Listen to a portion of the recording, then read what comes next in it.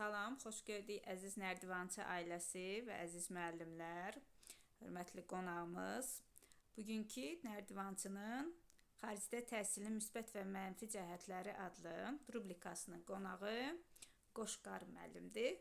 Qoşqar müəllimin fəaliyyəti haqqında uzun danışmaq istərdim, amma istərdim ki, Qoşqar müəllim özü haqqında bizə qısa bir məlumat versin və daha sonra öz suallarımıza keçək. Buyurun, Qoşqar müəllim, xoş gördük sizi.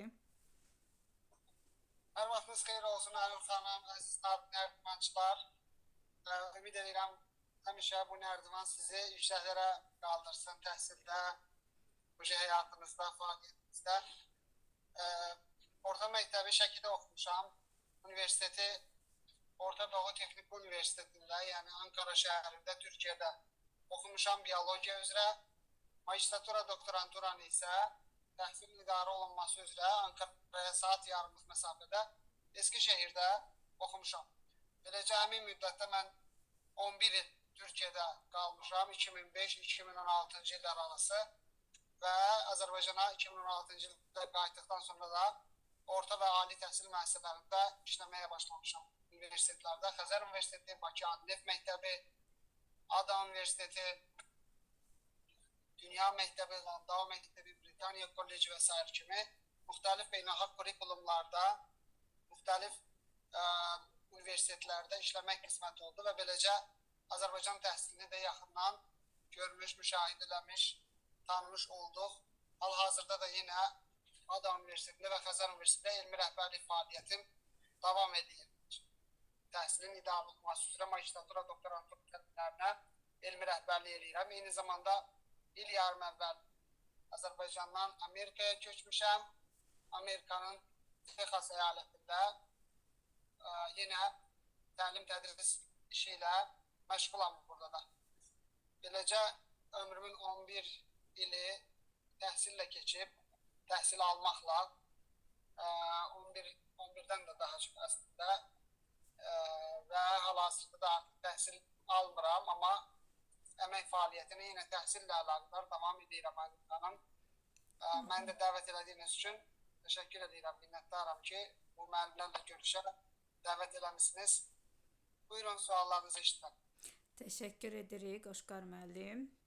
Minnətdarıq. Sizə işlərinizdə uğurlar arzulayırıq. Əlbəttə ki, sizlər bizim fəxrimizsiniz. Xaricdə Azərbaycanı təmsil edirsiniz, təhsilimizə xidmət edirsiniz. Bizim rubrikanın əsas mövzusu olan xaricdə təhsildir və xaricdə təhsilin müsbət cəhətləri nələrdir? Ümumiyyətlə, sizin artıq Türkiyə və Amerika kimi ölkələrdə təcrübəniz var. İstərdik ki, bunlar haqqında müəllimlərə ətraflı məlumat verərsiniz ki, hansı fərqli cəhətləri gördünüz və ən əsasda müsbət cəhətlərindən öncə danışaq, daha sonra isə danışıq əsnasında mənfilər də var mıdır? Onlar haqqında da məlumat verərdik. Buyurun. Ola bilsin ki, bizə qulaq asanlar hal-hazırda ya valideyndirlər, ya da şagirdləri var ki, onlar universiteti bəlkə də xaricdə oxumağı düşünürlər və ya bu haqda hələ qərarsızlar. Ümumiyyətlə, xaricdə təhsil almaq barədə elə mən də orta məktəb qurtaranda çox götür-qoy elədim və düşündüm ki, elə o vaxtı dedim ki, xaricdə oxumaq insana müəyyən özəlliklər, səriştələr, biliklər, mədəniyyətlər qatacaq, dillər qatacaq. Və elə də oldu. Birinci növbədə insana yeni mühit, yeni mədəniyyət qatır. Beləcə o insan o yeni mühitdə biraz daha elə bir komfort zonasından çıxmış olur. Çünki insanlar fərqlidir, müəyyən qədər mədəniyyətlər fərqlidir, yeməklər fərqlidir. Yəni bu fərqliliklərlə mübarizə aparmaq, oralara öyrəşmək, adaptasiya eləmək insanda adaptasiya qabiliyyətini inkişaf etdirir və insanda 21-ci əsrdə ən önəmli qabiliyyətlərdən biri adaptasiya qabiliyyətidir. Yeni mühitə uyğunlaşa bilmə qabiliyyətidir. Ona görə birinci növbədə bu cəhətdən yaxşıdır ki, insan yeni mühiti görür, öyrənir, öyrəşir. Bundan əlavə dil müsbət cəhət var, dil cəhətdən. Bir insan əgər xaricdə oxuyursa, xarici dildə də təhsil alırsa, həmin dili öyrənmiş olur. Məsələn, mən Türkiyədə ingilis dilində təhsil almışam. Beləcə həm türk dilini akademik səviyyədə öyrənmək, mənimsəmək, danışmaq bizə nəsib oldu. Həm də ingilis dilində ali təhsil aldığım üçün ingilis dilini öyrənmək nəsib oldu. Üçüncü müsbət cəhəti odur ki, bir mənada xaricdə təhsil almaq. Əgər xaricdə oxuduğunuz universitet yaxşı universitetdirsə, bütün universitetlər yaxşı deyil. Bunu da xüsusilə qeyd etmək istəyirəm. Məsələn, top 500-də universitetlər yaxşıdır. Dünyadakı o top 500 rankingə girmiş, reytingə daxil olmuş universitetlər yaxşı universitetlər sayılır. Mümkündürsə, məsələn, xarici dildə təhsil deyəndə biz ingilis dilini nəzərdə tuturuq. Yəni, Rusiyada da yaxşı təhsil var, Yaponiyada da, Çində də, Singapurda da yaxşı təhsil var. Oraların da dillərini öyrənə bilərik bu öz yerində. Amma elə bir dövrə gəlib çıxmışıq ki, ingilis dilini bilməmək, kompüteri bilməmək kimi bizi elə biraz əlil eləyir. Yəni, əlimizin əl çatanlığını azaldır. Belə məhdud bir çərçivədə qalırıq. Amma ingilis dili ilə kompüteri bilmək insanı artıq bir mənada bir çox mövzuda məhdudiyyətsiz edir. Əlbəttə, internet də limitlidir, amma limitlərimizi, elə bil hüdudlarımızı genişləndirir. Ona görə də dil cəhətdən, ingilis dili cəhətdən, kompüter bilikləri cəhətdən xaricdə təhsil alanda, yaxşı universitetlərdə təhsil alanda bunları da avtomatik olaraq həll etmiş oluruq. Dördüncü müsbət cəhəti odur ki, bizim universitetlərimiz, bilirsiniz, Alman ənənəsində qurulan Rus universitetlərinin bir mənada kölgəsində yaranır. Nə demək istəyirəm bunu? Əvvəlcə ilk universitetlər Humboldt universitetləri ilə və Almaniyada qurulmuşdur. Sonra Sovet Çar Rusiyası özünə universitet quranda həmin Alman tipli Humboldt universitetlərini özünə nümunə götürdü və universitetləri qurmağa başladı. Sankt-Peterburgda, Moskvada və s. Sonra Sovet sistemi, Sovetin ali təhsil sistemi də yenə həmin Alman ənənəsi üzərində quruldu. Və fikir verin, məsələn, dünyanın heç bir yerində Dillər Universiteti yoxdur, ya da İqtisadiyyat Universiteti yoxdur, ya da Tibb Universiteti deyə bir universitet çox görə bilməzsiniz. Amma Azərbaycanda var. Çünki o dövrdə ixtisasların universitetləri var. Yəni, o dövrün ənənəsi belə ixtisasın universiteti. Amma sonradan bir də buna alternativ olaraq Amerika universitetləri yaranmağa başladı. Amerika universitetləri Almaniya universitetlərindən fərqli olaraq İngiltərə, Amerika, yəni Anglo-Sakson universitetlər müəyyən qədər fərqli idi. Nə ilə fərqli idi? Onlara artıq institut demirdilər, universitet deyirdilər. Universitet deyəndə də nəyi nəzərdə tuturdular? Bütün ixtisasların eyni kampusda, eyni şəhərcikdə yer alması. Hal-hazırda fikir verdinizsə, Qarabağ Universiteti də açılanda həmin ənənə ilə açıldı. Qarabağ Universitetini də açanda dedilər ki, bu universitet digər universitetlərimizdən fərqlənəcək. Proqramı ilə fərqlənəcək, sistemi ilə fərqlənəcək. Və fikir verin, Qarabağ Universitetində həm incəsənətlə bağlı ixtisaslar var, kafedralar var, həm də mühəndisliklə bağlı, həm də humanitar pedaqoji elmlərlə bağlı ixtisaslar var. Fikir verin, artıq ənənə dəyişir. Yəni biz qədim köklü Alman ənənəsindən uzaqlaşıb Anglo-Sakson ənənəsinə keçid edirik. Bu cəhətdən də, yəni fənlər fərqlidir, fənlər daha qabaqcıldır. Azərbaycanın ali təhsil sistemindən müəyyən qədər daha müasir fənlər var. Fənlərin məzmunu daha qabaqcıldır. Siniflərin, auditoriyaların, laboratoriyaların infrastrukturu daha qabaqcıldır, daha yaxşıdır.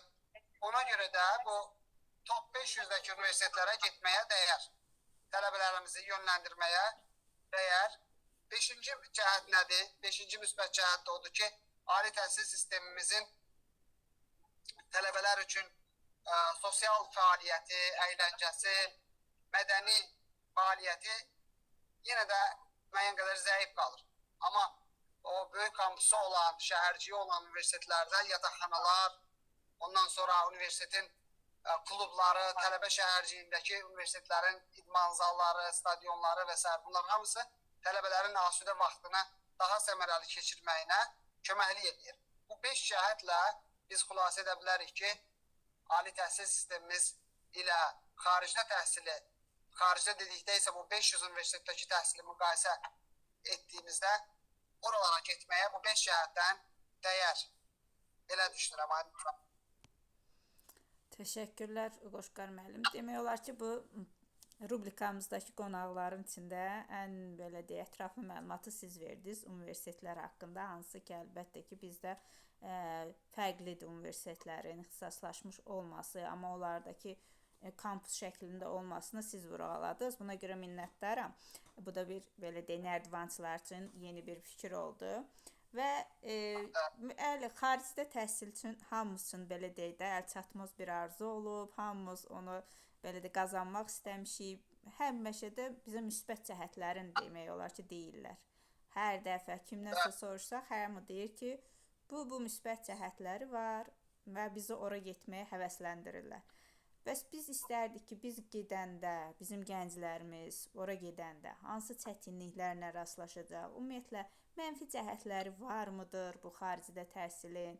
Bunlara hazırlığı olmaq üçün də bir məsləhətlərinizi verərdiniz. Mənfi cəhətləri sözsüz ki, var.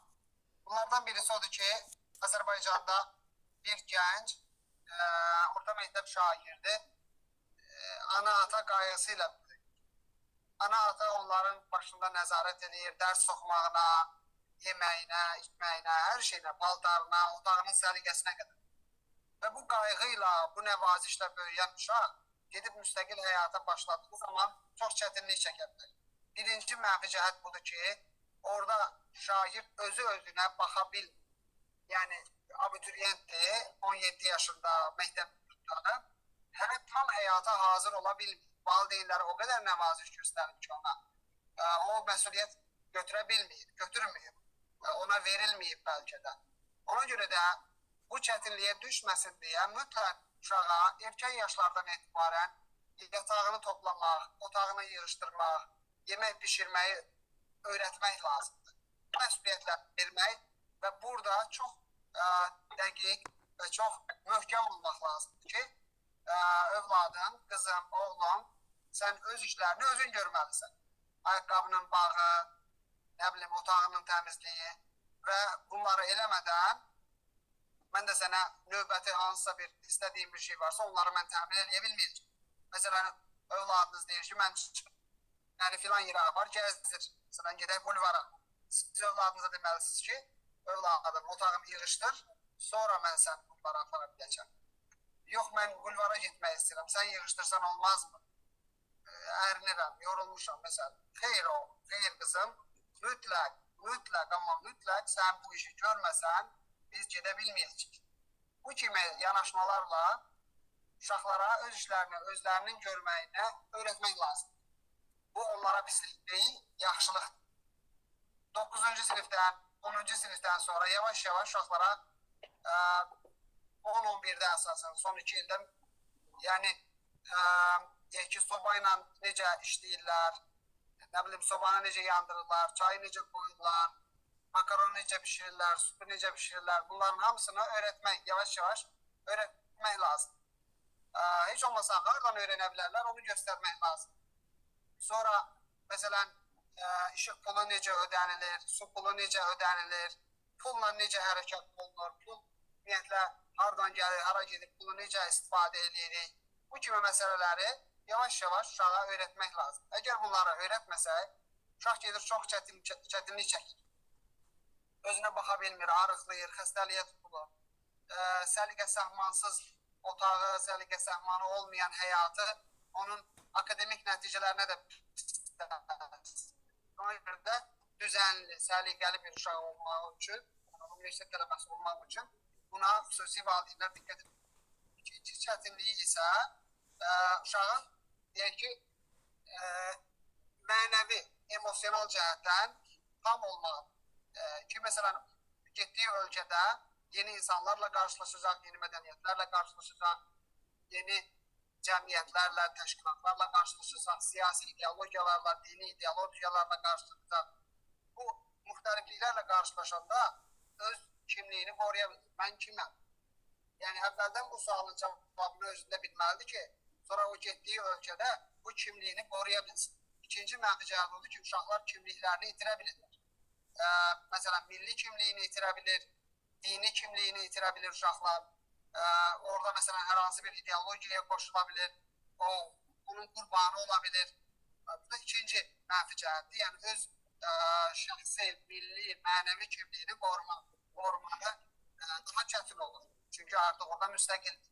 Üçüncü, elə bunun davamı olaraq emosional məsələlərdir. Yəni cinsindən fərqli olmayaraq insanın emosiyaları var və bu emosiyaları idarə edə bilməyən uşaqlar gedib ailəsində əksiklik olan, emosional cəhətdən tam doya bilməyən uşaqlar gedirlər orada məsələn yenə də qarşı cinsin nümayəndələrinin müəyyən emosiyalarını deyə bilir və burada itirə bilirlər.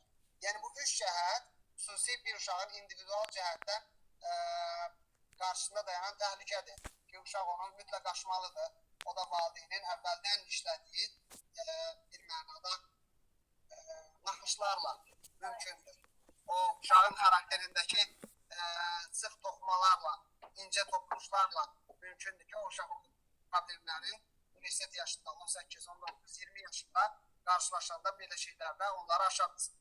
Dördüncü çətinliyi ola bilər ki, əgər məsələn şagird elə həmişə nəzarətdə oxumağa öyrənibsə, heç vaxt özü müstəqil oxumayıbsa, yəni özündən motorlu deyil, lokomotiv deyil, ancaq elə onu sürüyüblər, onu çəkiblər, o gedib, o özü öz başına gedib, müstəqil dərs çalışa bilməyib. O zaman yenə də bu da dördüncü təhlükədir ki, akademik cəhətdən uşaqlar orada heç kim ona oxu demədiyi üçün, universitetdə də heç kim onun valideynindən mesaj atmadığı üçün ki, sizin oğlunuz, sizin qızınız bu gün dərsini oxumayıb, o akademik cəhətdən düşə bilir. Beşinci mənfi cəhət isə budur ki, məsələn, dərslər ümumiyyətlə oxusa belə akademik cəhətdən çətin olur. Yəni, əgər keyfiyyətli universitetdirsə, çətin olur və o oxusa belə, öyrənsə belə, universitetin tələbini bəzən yerinə yetirə bilmir və kəsilir. Dərsdən qalır. Dərsdən qalır və olur 4 il universitet, 5 il. 5 il universitet olur 6 il. Məsələn, və valideyn bəzən bunu başa düşmür. Deyir ki, oğlum, qızım, sən orada nə edirsən? Deyir. Bəs mən səni oxumağa göndərmişəm, sən niyə orada dərsdən kəsilirsən? Yenə bu yanaşma da yanlışdır. Çünki bəzən ola bilər ki, uşağın qabiliyyəti həmin universitetin deyək ki, tələbinə tam cavab vermir və yaxud uşaq zəif öyrənir və ya uşaq yavaş öyrənir. Bu problem deyil. Valideyn bunu normal qarşılamalıdır. Valideyn başa düşməlidir ki, bir universitetdə məqsəd oranı bitirmək, oranın işlərinə yiyələnməkdir. Yəni, hamı gedir bir yol, hamı o həyatda bir yol gedir, birisi bir günə birisi 3 gün, əsas olan getməkdir. Əsas olan zəfər deyil, əsas olan zəfər.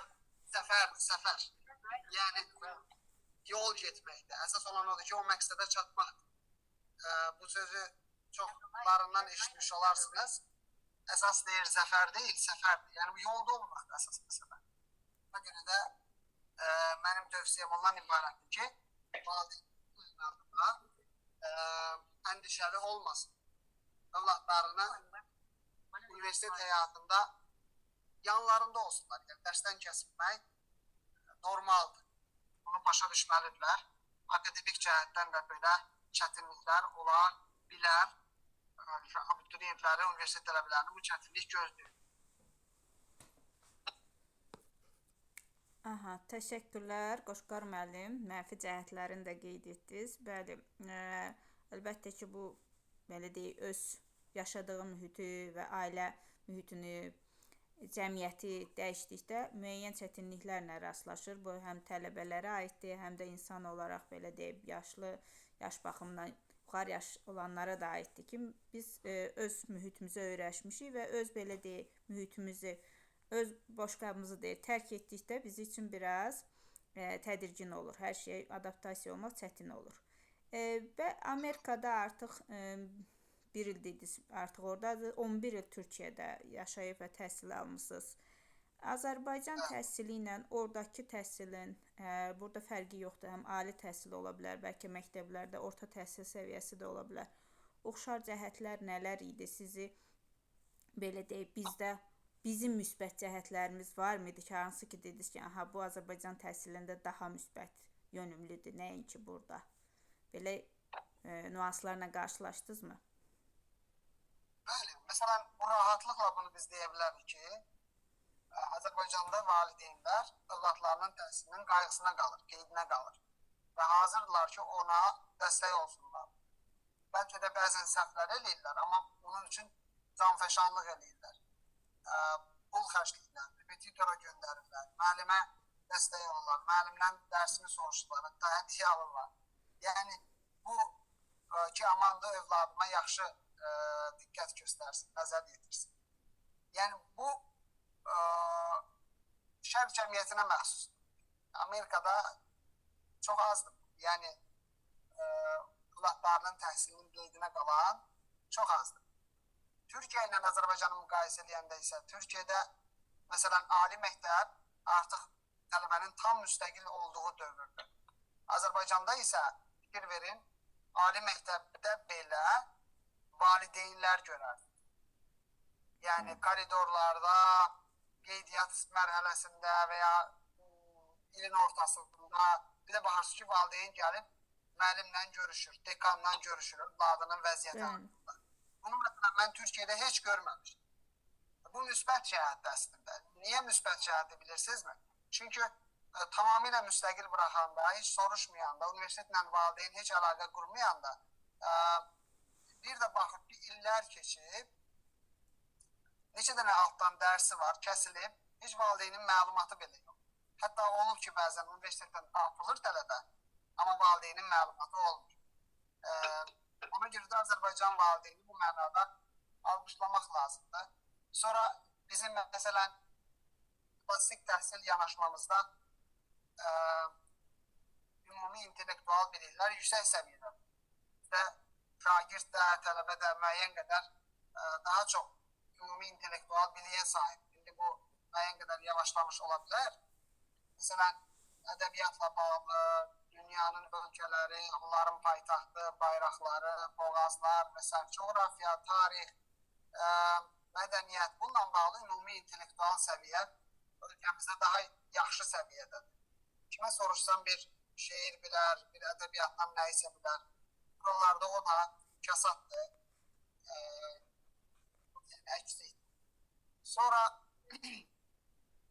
bir məsələ daha var bizim Azərbaycanda müsbət olan. Bizdə məsələn kitablara görə, kitabların ardıcıllığı ilə təhsil davam edir. Yəni proqramla, kurikulumla kitablar ardıcıl gedir. Dünyanın müxtəlif kurikulumlarında isə müəllimləri bu mənada müstəqil buraxırlar ki, bu mövzuları keç, necə istəyirsən keç. Məsələn, şagirdin kitabı yoxdur. Şagirdin kitabı olmadığı üçün də müəllim elə ancaq oradan-buradan material yığır ki, şagirdi öyrənmə materialı ilə dəstəkləsin. Yəni, amma uşağın kitabı olsa və o kitabın mündəricatının ardıcılığı ilə getsə, sanki mən elə gəlir, elədir, bəlkə mən elə düşünürəm, amma bir dənə kitab olsa və o başqa digər materiallarla müəllim dəstəkləmək istəyirsə, yenə dəstəkləsin. Amma bir dənə kitabının olmağı məncə yaxşıdır. Çünki internet olmayan şahidlər olur və ya valideynləri interneti icazə verməyən uşaqlar olur ki, onların oxumağa bir materialı olur, öyrənməyə bir material olsun. Bu da Azərbaycan məktəbinin müsbət cəhətidir. Ali məktəbimiz isə orta məktəbimizdən daha zəifdir. Yəni, ali məktəblərimiz orta məktəblərimizdən daha zəifdir. Amma bu da yavaş-yavaş düzəlir. İndi məsələn, Qarabağ Universiteti nümunəsində daha yaxşı nümunələr hazırlanır. Sumqayıt Dövlət Universiteti islahatlar aparır. Məzdəq Universiteti, Ada Universiteti, Bakı Mühəndislik Universiteti, bunlar digər universitetlərimizə nümunə ola biləcəklərdir və müsbət nələrsə olur. Kurikulumlar yenilənməlidir, müəllimlər yenilənməlidir. Yəni, ya müəllimlərin bilikləri yenilənməlidir, ya da müəllimlər fiziki olaraq özləri yenilənməlidir. Yəni, nə demək istəyirəm? Ya müəllim özünü yeniləsin, ya da o qırağa dursun, başqası gəlsin, düşünüyorsun. Yəni, biliklər yenilənməsə, insanlar yenilənməlidir, insanlar dəyişdirilməlidir, o mənada deyil. Mən şərtim həmişə də müxtəlif yerlərdə deyirəm, istəyimiz o deyil ki, insanları işdən edək, çörəyindən edək. Məsələ odur ki, əgər məsələn 21-ci əsrdir, hələ də məsələn Dillər Universitetində ya da nə bilim Pedaqoji Universitetdə bir ingilis dili müəllimi fonetika dərsini hələ də mühazirə vərəqindən Azərbaycan dilində fonetika izah edirsə, deməli o müəllim ya işdən ayrılmalıdır, ya da ümumiyyətlə öyrətmə strategiyasına, yanaşmasına dəyişdirməlidir. Dəyişdirə bilmirsə, işdən ayrılmalıdır. Demək istədiyim budur dəyərləndirmək. Çünki 21-ci əsrdə biz artıq hamı bilir ki, ingilis dilini, indi Aynur xanım da ingilis dili müəllimi olduğu üçün mən rahatlıqla deyirəm, ingilis dilini biz Azərbaycan dilində öyrədə bilmərik. Ona görə də istəyimiz, arzumuz artıq öyrədənlərin biliklərini yeniləməkdir. Bizim ən çox geri qaldığımız məsələ öyrədənlərin, təhsil verənlərin biliklərinin köhnəlmiş olmağı, universitetlərin isə infrastrukturunun zəif olmağı. İnfrastrukturu dəyişmək daha asandır, nəinki müəllimi. Azərbaycanda neçə min müəllim var universitetlərdə. Hamısını necə məsələn fikirdən eləyəsən ki, hamısını dəyişdirib yeni müəllimlər gətirmək də çətindir. Onların biliklərini yeniləmək də çətindir. Sonra onları uzaqlaşdırdığımız zaman onların yerini tapmaq, yerinə adam tapmaq da çətindir. Ona görə insan problemi tapmaq daha çətindir, nəinki infrastruktur problemi. Ona görə də mən ümidliyəm, yəni Azərbaycanda təhsildə ciddi islahatlar gedir, amma hal-hazırki vəziyyətdə şagirdin özünə qalır hər şey. Yəni, mühit onu ciddi şəkildə dəstəkləmir. Yəni, şagirdin özünə qalır.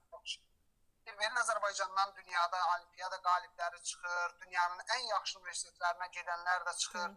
Bunlar necə olur?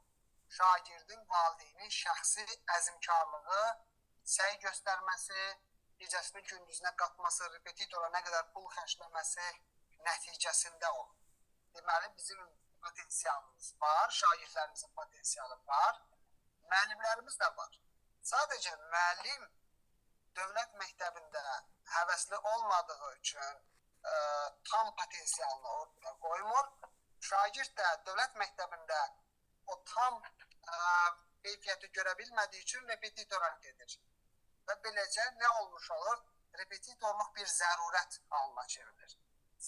Halbuki repetitorluq bir lüks seçim ola bilər. Amerikada da repetitorluq var, amma çox az adam gedir. Yəni, kim oxumuyursa dərsini, kim əlavə öyrənmək istəyirsə, onlar gedir. Amma bizdə bilirsiniz, ucdan tutma hamı gedir. Ona görə də mən tövsiyəm odur ki, mühit, ümumi dövlət səviyyəsində aparılan islahatlarla müəllim də məktəbdə həvəsli olmalıdır və 4-ə qədər işləməlidir. 4-ə qədər, 8-dən 4-ə qədər. Yəni 8 saat iş rejimini işləməlidir, tam. Bəli, 8 saat işləməlidir. Həftədə 25 saat dərs olmalıdır. 22, 23, 25, 26 bu civarda 5 dəqiqə, 1 saat hesablamaqla dərs olmalıdır. Və normal Azərbaycanda özəl məktəblərdə müəllimlər necə işləyirsə elə gəlib işini görməlidir, işi bitəndən sonra da iclasına girməlidir, dərsləri qiymətləndirməlidir, plan hazırlamalıdır və s. Yəni, bu peşəkar müəllim istəyiriksə, məktəbin formunu dəyişdirmək lazımdır. Və ona uyğundan məncə vermək lazımdır ki, şagird artıq məktəbdən bir mənada razı qalsın. Hal-hazırda isə bilirsiniz ki, əksəriyyət müəllimlər gəlir məktəbə dərsini deyir, qaçır evə repetitorluğa, şagird də eynilə gəlir məktəbə qayıb yazılmasın deyə dərsinə girir, sonra gedir repetitora ya da kursa. Bunu dəyişdirə bilənlər var, dəyişdirə bilənlərə eşq olsun. Bunu dəyişdirmək lazımdır. Yəni, elə bir dərs keçməliyik ki, dövlət məktəbində uşaq desin ki, gedirəm repetitora, olsun da Aynur xanım bizə super dərs keçir və yəni mən niyə gedim ki, repetitora, havayı puldur verdim. Amma məsələn, hansı şagird ki, Aynur xanımın dərsində uzun müddət dincəldi, yəni dərs oxumadı və bir il heç dərs oxumadı. Dedi ki, hə, mən çox dərs qaçırmışam. Ona görə də mən çox dərs qaçırdığım üçün repetitora gedirəm. Yoxsa yəni dərsimiz onsuz da keyfiyyət. Bu şagird gedə bilər repetitora və o şagirdə repetitorluq verilə bilər. Amma normal dərsin keyfiyyətində bir problem varsa, ki bizim universitetimizdə də dərsin keyfiyyətində problem var, orta məktəbimizdə də bu problem var. Amerikada bu problem yoxdurmu? Amerikada da var. Ümumiyyətlə, mən Amerikanı Azərbaycan təhsilinə nümunə gətirməzdim. Amerikada təhsildəki problemlər daha çox. Amma Amerikadakı problem fərqlidir. Amerikada şərait var, amma həvəsli adam yox, həvəsli şagird yox. Müəllimlər də işini icra edir, çünki işini itirməkdən qorxur. Çünki işini hər an itirə bilər. Məktəb direktoru onun əmrini yazıb işdən çıxara bilər. İşini yaxşı görməsin. Çünki məktəb direktorunu da işdən çıxara bilər. Məktəb işini yaxşı görməsin. Keyfiyyət aşağıdır. Ona görə hamı belə şey üstündədir. Nə deyirlər ona? Tikan üstündə.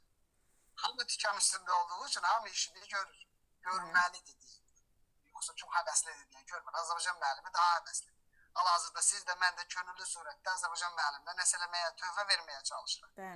Bunu Amerika adamlar heç istəyə də bilməzsən. Nəinki tələb eləmək, heç yəni istəsən deyər ki, necə yəni?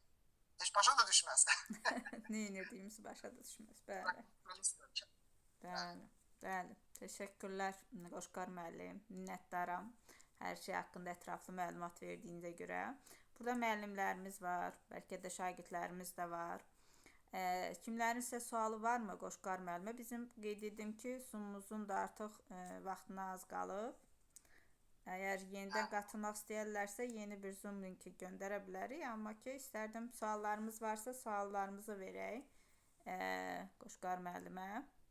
Suallarınız varmı? Deyirəm ki, suallarınız olarsa yenə məndə WhatsApp nömrəsi 055 812 32 14-dür. Yəni bu nömrəyə yaza bilərsiniz. Anonsanla da yaza bilərsiniz. Facebook səhifəsində də yaza bilərsiniz. Onlar mənə sual göndərər, yönləndirər, mən cavab verərəm. Ümumiyyətlə, mənə daha çox sual verirlər ki, siz ora necə getmişsiniz? Və niyə getdiniz buradan? O da maraqlıdır. Və geri dönəcəksinizmi? Geri dönəcəm inşallah. Ümumiyyətlə, niyə gəlmişəm? Niyəsi budur ki, Azərbaycanda, Bakıda biraz yoruldum. Yəni, bacılarda qaldım çox. Universitetlər, məktəblər, qaç, 7 gün işləmək, gündə 2 saat yarım, 3 saata yaxın qaç. Bunlar hamısı dəhşətli dərəcədə məni yordu və buranın da onsuz da sistemini öyrənmək, görmək istəyirdim daha yaxından. Ona görə də müraciət elədim normal işə. H1B vizası var burada. İşçilər, yəni peşəkar kvalifikasiyalara uyğun insanlar üçündür bu viza. Green card kimi deyil. Normal peşəkar insanlar, yəni ingilis dili bilən, öz işini də bilən insanlar müraciət edə bilər. Mən də biologiya müəllimi kimi müraciət elədim və universitetə müraciət elədim. Universitetdən qəbul aldım və buraya universitetdə işləmək üçün gəldim. Universitetdə işləyə-işləyə bir də baxdım, övladlarımın getdiyi məktəbdə biologiya müəlliminə də ehtiyac var. Orta məktəbə də müraciət elədim. İndi həm orta məktəbdə, həm ali məktəbdə. Qoşqar müəllim, bayaqki belə deyək, çıxışımızdan davam edək və daha sonra bir nəfər müəllimimizin, həmkarımızın sualı vardı, onu da sizin üçün oxuyacağım. Ya özü də verə bilər müəllimimiz. Buyurun. Əslində fərqlərdən danışırdıq, amma Amerikada nələr fərqlidir? Məsələn, Amerikada resurs çox, yəni təhsil üçün həddən artıq çox büdcə görsənən olur və ona görə də siniflərdə, laboratoriyalarda adamlar, resurs həddən artıq çox. Hər şagirdə bir kompüter verilir. Hər şagirdə yemək verilir. Uşaqlar məsələn 3-ə qədər, 3:45-ə qədər məktəbdədirlər. 2 saat dərs olur. Dərs olarında 5 dəqiqə tənəffüs olur. Uşaqlar heç məsələn nəzarətsiz heç bir yerdə qalmırlar. Keçinlər. Yəni elə bir 5 dəqiqə yoxdur ki, o uşaqların başında bir müəllim olmasın. Yəni, elə bir mühit düzəldə, elə bir sistem qurublar ki, uşaq nə dəhlizdə, nə həyətdə, nə yeməkxanada, nə sinifdə başsız qalmır, müəllimsiz qalmır. Bu da təhlükəsizlik cəhətdir. Çünki deyirlər ki, safety first. Yəni, ən önəmli şey təhlükəsizlik. Ona görə də belə bir şey olsa, zaten məktəbdə müəllimi və ya məktəb rəhbərliyini başa istintaqa cəlb edəkləri üçün sistemi elə qurublar ki, şagirdlər 1-dən 11-ə hamı həmişə yanlarında bir müəllim olmalıdır. Məsələn, uşaqları sinifdə qoyub çıxa bilməzsin. Bunlar fərqli cəhətlərdir. Məsələn, Azərbaycanda mənim uşaqlığımda yadımdadır ki, məktəbə gedirdi, məktəbdə sinifdə gözləyirdin uşaqlar. Məsələn, müəllim gələnə qədər bəzən uşaqlarla döyüşürdük, dava edirdik, s. Xüsusilə həddi blok yaşında uşaqlar hamısı bir-birinə belə qalib gəlməyə, üstünlük eləməyə çalışır. Yəni, bunların heç birisi üçün fürsət yoxdur. Uşaq, məsələn, kiməsə belə göz qaş eləsə, onsuz da yanında müəllim olduğu üçün sübut onu görür, müəllim görür və onu birbaşa disiplinaya cəlb edir və məktəbdən uzaqlaşdırır ya da cəza verir. Cəza hansı formadadır? Məktəbdə saxlamaq. Şənbə günü ya da dərs aralarında ya da dərsdən sonra məktəbdə uşaq detention'a qalır. Detention nədir? Məktəbdə qalmaq. Məktəbdə saxlanılır və məktəbin qayda qanunlarını uşaq bir kağızdan o birisi kağıza köçürməklə məşğul olur. Saatlarla. Eyni şey eləyə durur. Yanında bir müəllim olur, ona nəzarət edir və uşaq bu formada bir cəzaya tabi tutulur.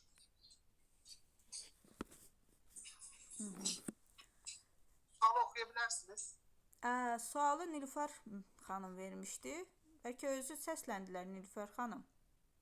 Səsiniz Nilüfər xanım.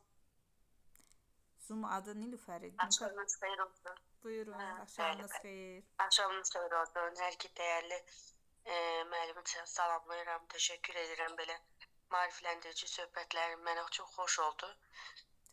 Mən bilmək istərdim, attestat sistemi necə həll olunur orada.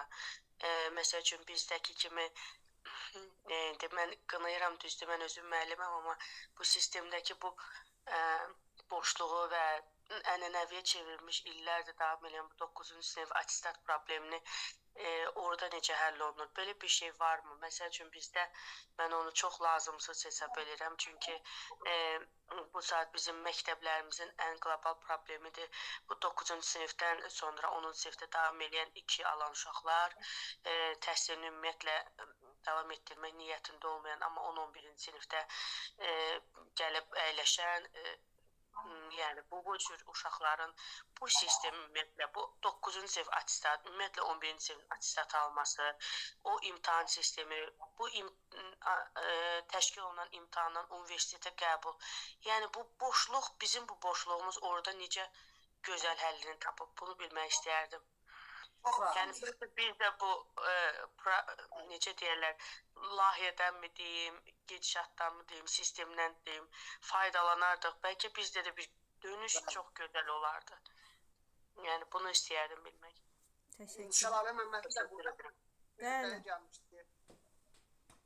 Bəli, Şəlalə müəllimə də hal-hazırda orada. Şəlalə xanım da bilər, yəni Amerikada homeschooling deyə bir şey var. Deyir ki, istəyirsən gəlmə. Yəni, məktəbin qayda qanunlarını əməl etmək istəmirsənsə, məktəbə gəlmə. Ged adını yazır homeschoolingə, istədiyin vaxt imtahanları verib, orada məktəbi qutararsın. İstəyirsən də heç qutarmır. Yəni, orada məktəbi qutarmaq məcburiyyətində deyilsən ki. İcbari təhsil bizdə kimi deyil də. İcbari təhsil icbaridir. Amma məktəbə gəlmək icbari deyil. Kim istəmirsə məktəbə gəlmir. Homeschoolingə yazılır. Evdə təhsilə yazılır. Ona görə mən hələ Azərbaycandan bura gəlməyədən əvvəl artıq 2 il olacaq. Ona görə mən demişdim ki, TEDx tədbirində məni çağıranda demişdim, orada çıxışımın mövzusu homeschooling deyil. Çünki homeschooling olmayanda bilirsiniz necə olur? Biz hamını məktəbdə saxlamağa çalışırıq. Hamını məktəbə cəlb eləməyə çalışırıq. Halbuki hamı məktəblik deyil axı. Hamı məktəbə gəlmək istəmir. Məktəbə gəlmək istəməyən bir adam zorla məktəbə gətirəndə bilirsiniz, çox pis olur. Yəni uşaq istəmir, bəlkə də valideyn də istəmir. Amma biz deyirik ki, icbari təhsil var, biz sizi polisə verəcəyik, mütləq övladınızı göndərin. Valideyn də gəlir deyir ki, mən övladımı göndərəndə də mən polisə verirsiniz onsuz da. Uşaq gəlir burada nəsə eləyir, yenə mən polislik oluram. Yəni, heç olmasa deyir, siz məni uşağım məktəbə gəlmədiyi üçün polisə verin, mən polislə həll eləyərəm iş. Deyir və beləcə problem daha da böyük. Ona görə də mən tövsiyəm budur ki, dövlət səviyyəsində homeschoolingi rəsmiləşdirsin. Uşaqlar sadəcə, türklər buna deyir ki, dışarıdan lise oxuyuyorum. Dışarıdan lise oxumaq nədir? Yəni sadəcə qiyabi formada gedir imtahanlarını verir, lise diplomasını, yəni atestatını alır. 9-cu sinifdə Nilüfər xanım atestat falan yoxdur. Yəni burada icbari təhsil 12 illik, 9 illik deyil. 12 il hamı oxumalıdır. Ya çöldən, yəni ya qiyabi, ya da ya homeschool, ya da normal school. Bu versiya bəlkə də işləyir. Amma məsələn burada nə eləyir? Burada problem nədir? Nilüfər xanım. Valideyn homeschoolingə gücü çatmır. Yəni deyir ki, mən uşağı evdə qoyub bircə gedir. Ona görə mən işləyirəm deyir. İşlədiyim üçün məcburam bu uşağı arasa qoyum. Ona görə məcbur qaldığı üçün gətirib uşağını qoyur məktəbə. Həmin valideynlər uşağı əgər məktəbdə özlərini apara bilmirlərsə, o zaman bu ciddi problem olur. O uşaqlar məktəb gəzir. Bu məktəb atır, gedir o məktəbə. O məktəb atır, gedir bu məktəbə. Axırda valideyn deyir ki, oğlum, qızım, mən işləməliyəm və mən səni harasa qoymalıyam. Sən hansısa bir yerdə olmalısan, mən sənə adam tuta bilmərəm ki, gəlib səndən qalsın. Sən 5-də oxuyursan, 6-da oxuyursan, 7-də oxuyursan. Mənim homeschoolingə imkanım yoxdur. Homeschooling daha bahalıdır. Schoolingdən, normal ənənəvi məktəbdən daha bahalıdır. Ona görə bahalıdır deyəndə, yəni pulu deyil təhsil. Sadəcə ona müəllim tutmalıdır, online platformadan, qeydiyyatdan keçirməlidir ki, normal imtahanlara hazırlaşa bilsin. Yəni hazırlaşa bilməsə, orta məktəb belə məzun deyilsə, o zaman bu uşaq həyatda hər hansı bir iş tapa bilməyəcək. Yəni hər hansı bir baltaya sap ola bilməyəcək. Ona görə də dəyərləndirlər mütləq hamı övladı üçün nəsə eləməyə çalışır. Amma uşaq tamamilə belə heç bir şey eləmək istəmirsə, o zaman uşağa məktəbdə, dövlət məktəbində xüsusi təhsil üzrə mütəxəssis tuturlar, special education, psixoloq tuturlar. Dövlət məktəbi bunu provide edir. Dövlət məktəbi bunu təmin edir. Bu uşağa xüsusi müəllim tuturlar, xüsusi otaq ayırırlar. Məsələn, bizim uşaqların mənim işlədiyim məktəbdə məsələn 5-6 nəfərdən ibarət komanda var, bir komanda deyirəm, şöbə var ki, onlar sırf əqli ya da hansısa bir formada məhdudiyyəti, çətinliyi, disleksiyası, hiperaktivliyi və s. olan uşaqlarla məşğul olur. O uşaq ki, əgər özünü sinifdə apara bilmirsə, o uşaqla ayrıca sinifdə məşğul olurlar. Buna da bilirsiniz, inklüziv təhsil deyirlər. Eyni məktəbin içindədirlər, amma eyni sinifdə deyil. Daha müəllimlər o uşaqlarla bir mənada əlləşmir. Amma belə də bir şey var da, onlar bəzən gəlməlidirlər sinifə.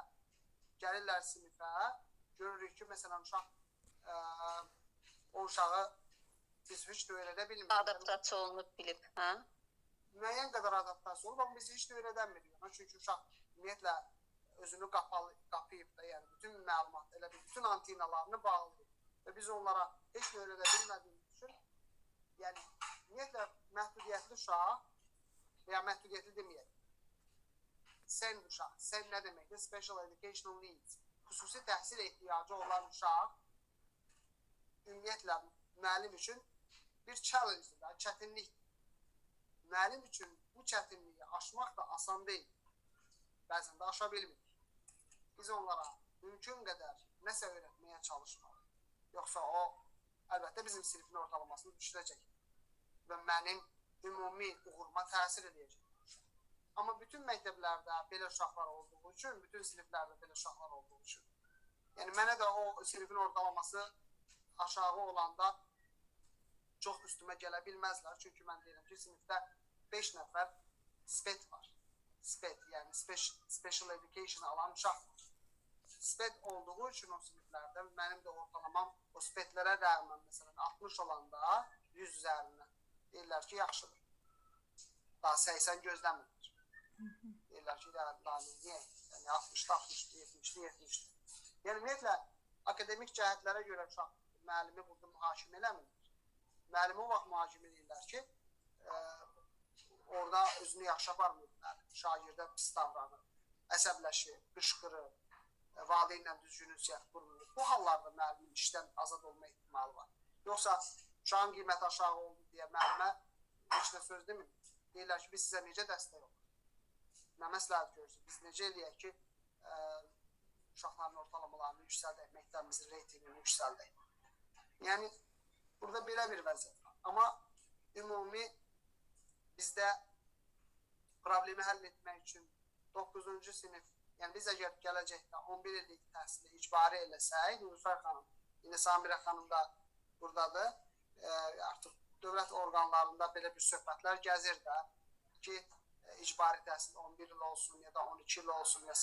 Bu gələcəkdə nə vaxtsa olanda biz artıq buna qərar verməliyik ki, beynəlxalq təhsil modellərində İngiltərədə, Amerikada olduğu kimi 10, 11, 12-ci sinifi artıq insanlarda təmayüllü olsun.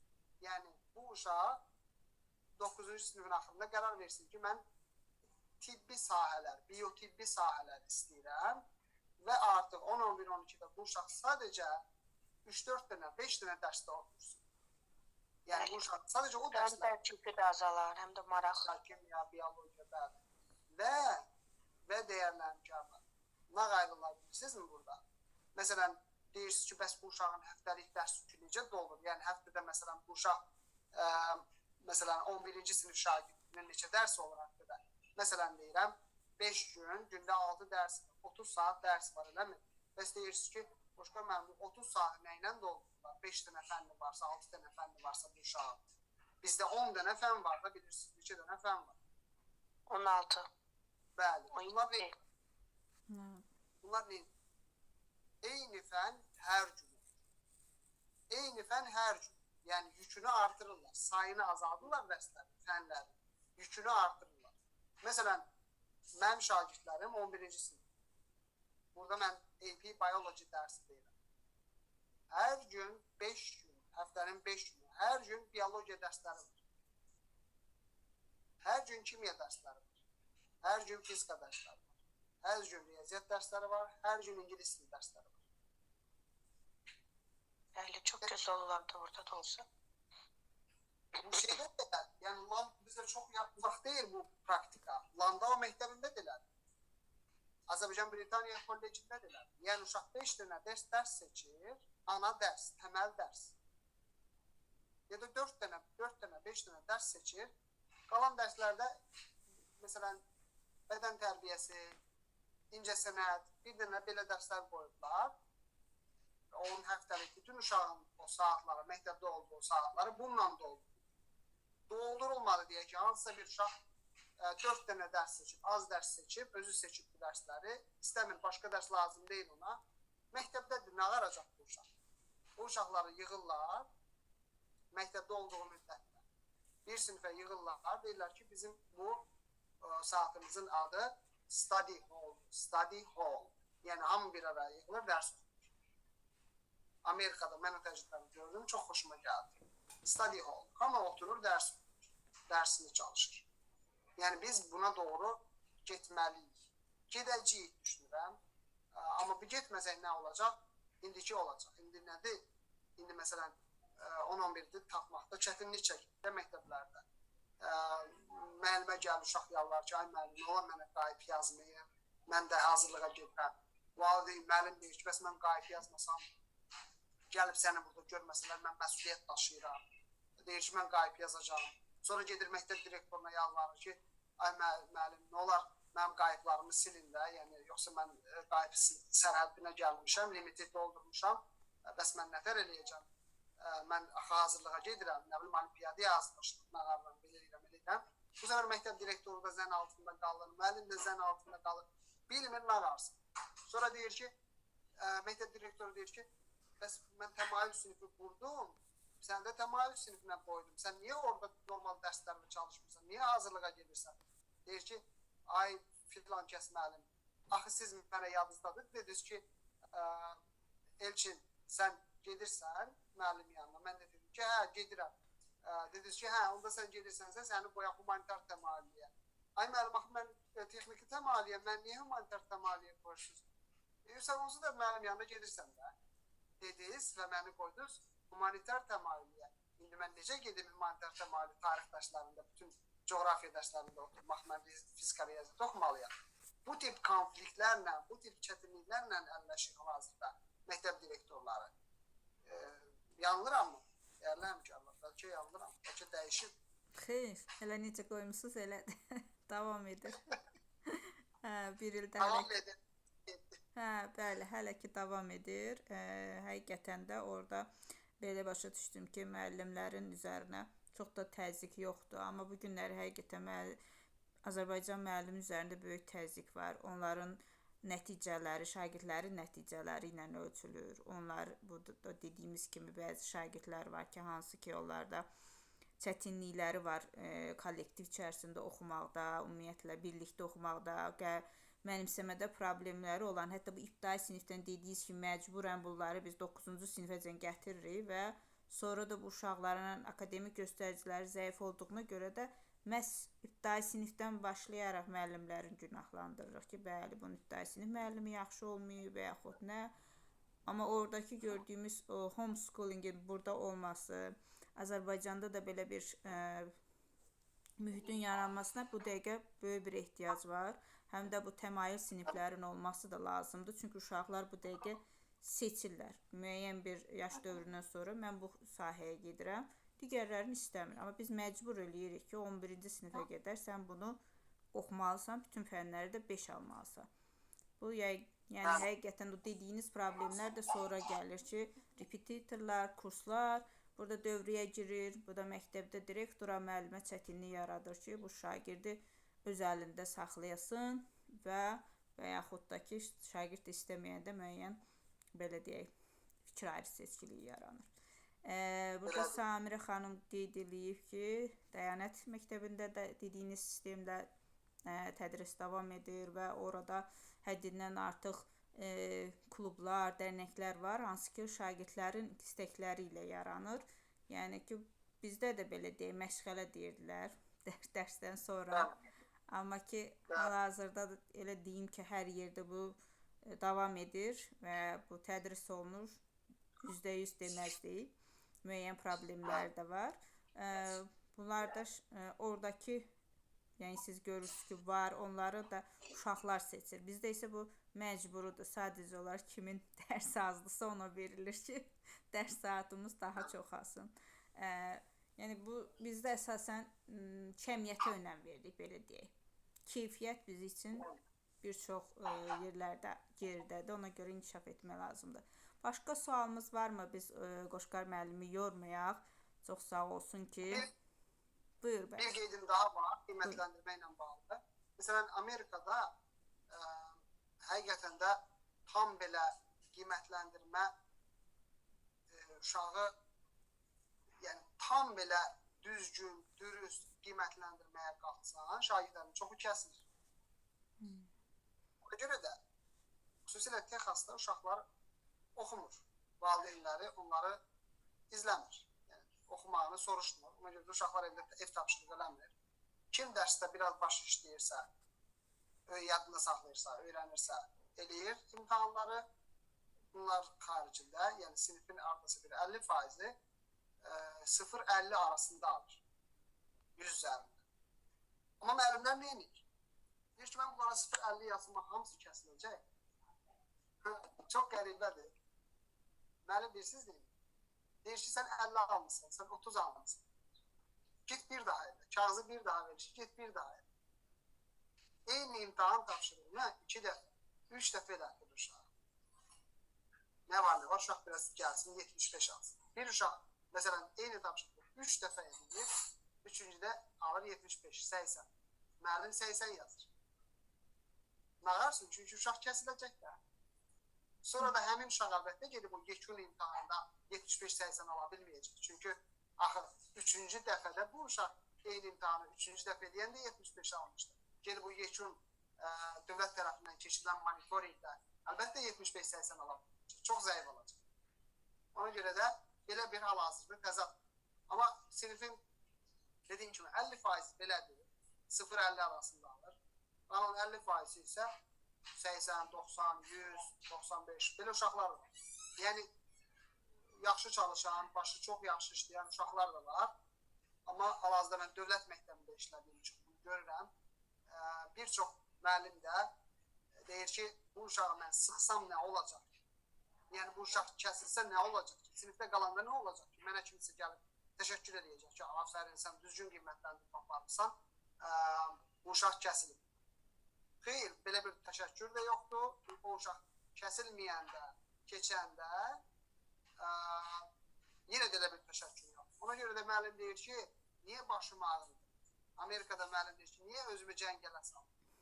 Mənim işim bu uşağa nəsə öyrətmək, çox şey öyrətmək deyil. Mən öyrətməyə çalışmalıyım. Birisinə 1, birisinə 3, birisinə 5, birisinə 15. Mən əlimdən gələn edeyim, diferensiyasiya edeyim, dərsdə hamıya nəsə verməyə çalışım. Amma əlbəttə bəzi uşaqlar 1 alacaq, 1 götürəcək, bəzi uşaqlar 5, bəziləri 15. Yəni o da artıq uşağın öz kapasitəsindən, öz qabiliyyətindən asılıdır. Ona görə də qiymətləndirmə, həqiqətən burada müəllimlər qiyməti pay verir. Belə düşlər demiş, bol kəsədən sallayır. Qiyməti elə hamıya paylayır. Və beləcə mən özüm də görürəm ki, övladlarımın təhsilində görürəm ki, uşaqların təhsilinin üzərində ciddi dayanmasan, bir də baxarsan ki, uşaqlar ilə hamısı A, B, C, hamısı qiymətləri yaxşıdır, amma uşaq heç nə bilmir. Çünki müəllim incitmir uşağı. Yəni, qiymətlə qorxub, sadəcə öyrətməyə çalışır. Bir növ bizdə, yəni 9-acan o şagird 2 də alsa attestatdan gedib digər təhsilini davam etdirmək kimidir də, belə deyək. İmtahanda, 9-un buraxılış imtahanında 2 də alsaq, yenə də biz attestatımızı verəcəklər, belə prinsiplə yaşayır indi ki 9-lar və yaxud 11-lər olsun. Samirə xanım əlini qaldırıb. Samirə xanım, buyurun sualınızı verin. Qoşqar müəllim, bayaqlarım qeyd elədiniz ki, dövlət müəllimə etibar eləyir, yəni belə deyək də, sinifdəki akademik fəaliyyətlə bağlı. Düzdürmü? Bəs orada ümumiyyətlə müəllim hazırlığı necə təşkil olunur?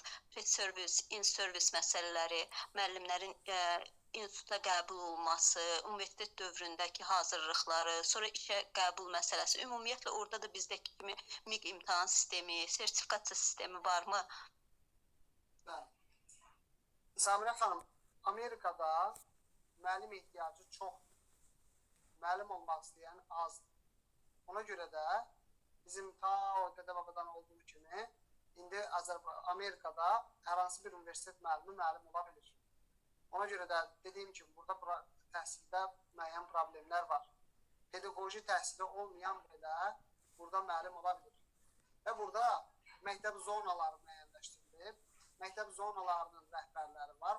Məktəb zonaları da özlərinə məktəb direktorları seçirlər. Yəni elə bil ki, məsələn deyirəm, Bakı şəhər təhsil idarəsi hər rayonun başına bir dənə məktəb zonasının başına, məsələn, Suraxanı, nə bilim deyək ki, Nizami, Səbayıl kimi rayonların başına bir dənə təhsil lideri, rəhbəri təyin edir və deyir ki, buradakı məktəbləri mən sənə soruşacağam. Və o yerli rəhbərlər özləri öz məktəblərinin direktorlarını təyin edir. Direktora da deyir ki, mən səni nə qədər təyin edəcəksə, sən də öz müəllimlərini tap. Müəllimləri tapmaq, onları yetişdirmək sənlik. Mən sənə dəstək olacam. Amma müəllimləri tapmaq sənlik. Və başlayır, bəzən rəhbərlik də tapılır, amma adətən məktəb direktoru müəllim tapır. Çünki bilir ki, bu məktəb artıq olmuşdur. Yəni, o, bu məktəbi qabağa aparmalı. Çünki qabağa aparmasa, bayaq dediyim, birinci sessiyada dediyim, hamı tikan üstündədir. Hamı işini itirmək qorxusuyla yaşayır. Ona görə də deyir ki, mən işimi görə bilməyim üçün, yaxşı görə bilməyim üçün yaxşı müəllimlər tapmalıyım. Və başlayır, yaxşı müəllim tapır. Sonra müəllim kimdir? Müəllim olmaq istəyən hamı. Samirə xanım. hamı müəllim olmaq istəyirsə, kimsə yəni iqtisadiyyat məzunu, nə bilim, zootexniklik məzunu, universitet məzunu olsun, bəs müraciət edir dövlətə, məktəbin direktoru məktəbin saytında və ya iş axtarma saytlarında elan edir ki, bizim kimya müəlliminə ehtiyacımız var. Bir dənə məsələn 4 illik tibb bacılığı məzunu bir adam müraciət edir kimya müəllimi olmaq üçün. Deyir ki, sən kimya müəllimi ola bilərsən? Deyir ki, bəli, olaram. Deyir ki, dərsimi onda izləyək. Gəlir bir dənə nümunəvi dərs verir. Məktəb rəhbərliyi onun dərsini bəyənsə, deyir ki, buyur onu. Yol sənindir. Heç imtahan belə eləmir. Hə, seçim yalnız demo dərsləndir, hə? Demo dərslə, hə, imtahan eləyə bilər, amma eləməyə də bilər. Sonra o müəllim gəlir, rəhbər o müəllimi işə götürdü də, amma il boyunca o müəllimin dərsini müşahidə edirlər. Əgər görsələr ki, bu müəllim işini bilmir, həmin zaniyə işdən uzaqlaşdırırlar. Deyirlər ki, bu bizi axı pis vəziyyətdə salacaq. Valideynlər deyəcək ki, bu müəllim işini bilmir. Yəni, ona görə də müəllimi də bir mənada seçirlər əslində. Yəni, həqiqətən baxırlar ki, iş təcrübəsi varmı? Amma dediyim kimi, hər adam burada müəllim ola bilər. Amma məsələn, yaxşı mühəndisi, yaxşı bir yerdən, universitetdən məzun olmuş bir mühəndisi, fizika müəllimi kimi rahat işə götürürlər, heç fizika biliyini yoxlamadan. Amma il boyunca da baxırlar ki, bu həqiqətən də düzgün müəllimlik edə bilmir. Və müəllimlik hazırlığı free service dediyim kimi pedaqoji fakültələrdən olsa, əlbəttə onun müəllim olma şansı daha çox. Pedaqoji təhsil məzunu eyni zamanda 2 ildə magistratura eləsə, artıq o sertifikasiyadan keçmiş sayılır və o müəllimin artıq müəllim sertifikatı olmuş olur.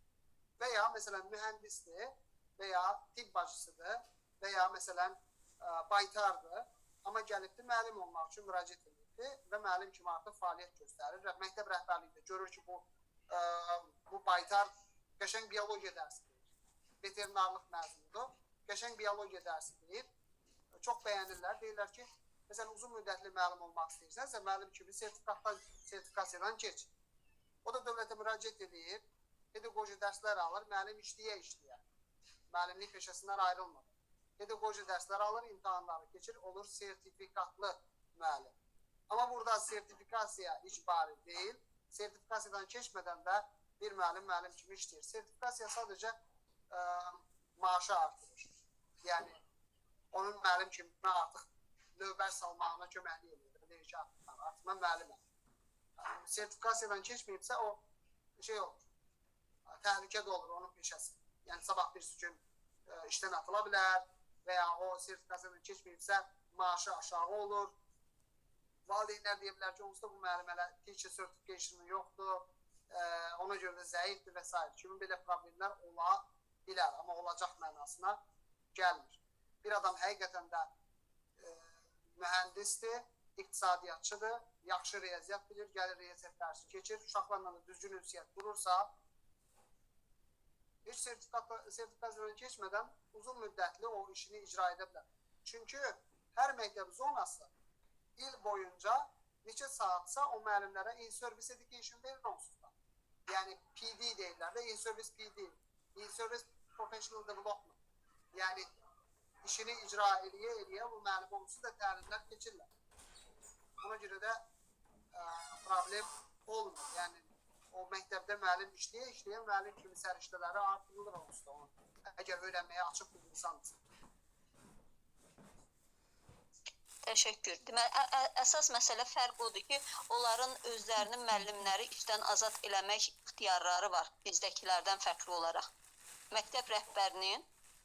Bəli, o çox önəmli bir fərq. Çünki məktəb rəhbərini də onu götürən adam işdən azad edə bilər, məktəb rəhbəri də götürdüyü işçini işdən azad edə bilər. Çünki hamı öz işinin dərdindədir. Deyir ki, mən keyfiyyətli bir nəticə ortaya qoymalıyam. Ona görə də keyfiyyətli nəticə ortaya qoymaq üçün də mən işimi düzgün görməliyim. Təşəkkürlər. Əslində bu böyük təsirdir. Bəli, bu böyük təsir.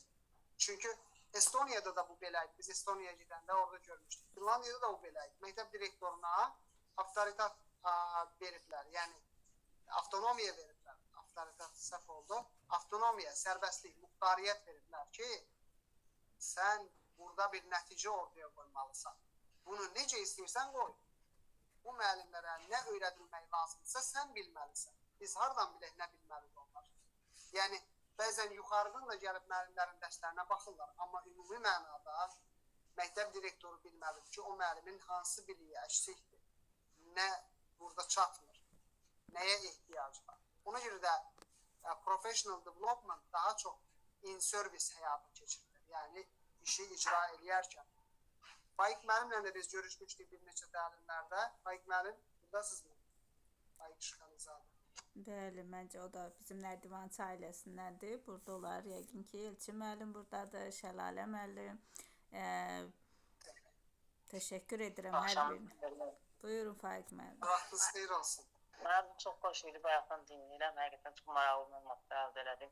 Təşəkkür edirəm hər birinizə, təşkilatlara da, başqa müəllimizə də. Sizə izləyirəm, çox gözəl məlumatlar paylaşırsınız. Hər daim izləyirəm sizə. Bizə biraz sürpriz oldu ki, siz getdiniz Amerikaya. Biz burada böyük işlər görürüz. Həqiqətən də. İndi orada da mən çox belə fərqli yanaşmalar var. Görürəm ki, mən sistemlə bağlı danışanda belə layihələrdə açılışsızlıqda çağıranı danışandan deyəm ki, Amerika təhsili büdcənin 5%-ni təhsilə ayırır və Amerika büdcəsi böyük bir büdcəli 5% demək ki, digər bütün ölkələrin təhsilə verdiyi puldan daha çox eləyir də, bir neçəsi qədər tərəq verə bilir. Deyirəm, o qədər verir və bir müddət əvvəl baxırdı, görürdü ki, biz nə qədər təhsilə pul qoyuruq, amma digər ölkələr hansı ki, az pul qoyanlar bizdən daha irəli gedir bəzi sahələrdə. Və STEM layihəsini ortaya çıxartdı, bu ideyayla ortaya çıxartdı ki, biz yaradıcı fəaliyyətdə həyata keçirməliyik, uşaqlar məktəbdə yaradaraq öyrənməlidirlər və STEM layihəsi oradan başlayıb fəaliyyətə. Sonra Avropa və digər ölkələr və bizə gəlib çıxmışdı. Həqiqətən izləyirəm ki, Amerika pul qoyur, bəzən nəticəsini görmür, amma yenə də o pulu qoyur təhsilə və düşünür ki, önəmli faktordur. Bunda Yaponiyada da Yaponiya 2-ci Dünya müharibəsində məğlub olandan sonra ordunu ləğv eləməyə başlayır və büdcənin ilk illərə daha çox faizini, indi getdikcə azaldı, amma yenə də faiz qədər pulu qoyur təhsilə və hal-hazırda gəlib 10-luğa düşmüşdü, bir neçə il belə ardıcıl davam edir.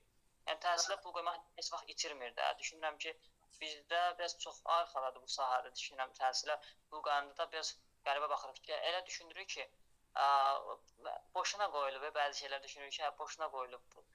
Amma düşünürəm ki, nə qədər də orada, məsələn, grant layihələr olur, orada görsən ki, bəzi uğurlu olmur falan, amma nə qədər də qoyulsa, yenə də uğursuz belə olsa, bəzi nailiyyətləri, nəticələr uğursuz belə olsa, yəni düşünürəm ki, o harada məsələ gətirib, bizə bir nəticə gətirib çıxaracaq ortaya. Yəni, nə qədər pul yaxşı olur, mən düşünürəm təhsildə. Bizdə də, məncə bizdə o şey var, qərar, o direktor müəllimi işdən çıxara bilir. Bizdə 70C maddəsi elə biləm olmalıdır ki, direktor əslində çıxara bilir müəllimi işdən, amma onun belə deyək də, nəticələrini sonradan qatılana bilmir. Çox əziyyət çəkir orada. Bəli, çox böyük, ümumiyyətlə, çox böyük günah işləməlidir ki, direktor müəllimi çıxara bilsin. Amma ümumiyyətlə, indi son bizim artıq 60 saniyəmiz qalıb, 80 saniyə. Gəlin belə yekunlaşdıraq, dəyərli həmkarlar. Ümumiyyətlə, bizim ən böyük əksizliyimiz maliyyə nəzarət sisteminin elə bir haradasa bir zəif qalması. Mən düşünürəm ki, biz gəlin direktorlara, müəllimlərə muxtariyyət verək, amma onlara nəzarəti gücləndirək. Nəzarət deyəndə yoxlama mənasına gəlmir. Onların yanında olub, onların hesabatlarını almaq, hesabatlıq, öhdəlik, öhdəçilik mənasına gəlir. Biz bu sistemi yaxşı qura bilsək, o zaman nə müəllimə muxtariyyət verməkdən qorxmayacaq ya direktora, nə də direktora muxtariyyət verməkdən qorxmayacaq. Biz muxtariyyət sözünü eşidən kimi deyirik ki, yiyinti çoxalacaq. Elə elə ki, yiyinti olmasın da, bu səndən asılıdır. Elə elə ki, yiyinti olmasın. Əgər, məsələn, biz bunu bacarsaq, insanlara azadlıq verib, onlara da nəzarəti gücləndirə bilsək, o zaman hər şey rayına oturacaq. Və məncə gələcəkdə həqiqətən məktəb direktoru seçəcək öz müəllimi. Azərbaycanda da belə olacaq. Gələk inşallah. İşləriniz avam olsun, dəyərli həmkarlar. Təşəkkür edirəm. Minnətdaram. Çox Vaxtımız sağ da olun. bitir. Çox Çox sağ sağ olun, olun. təşəkkür ederim. Bizlə burada Çox olduğunuza sağ olun. görə.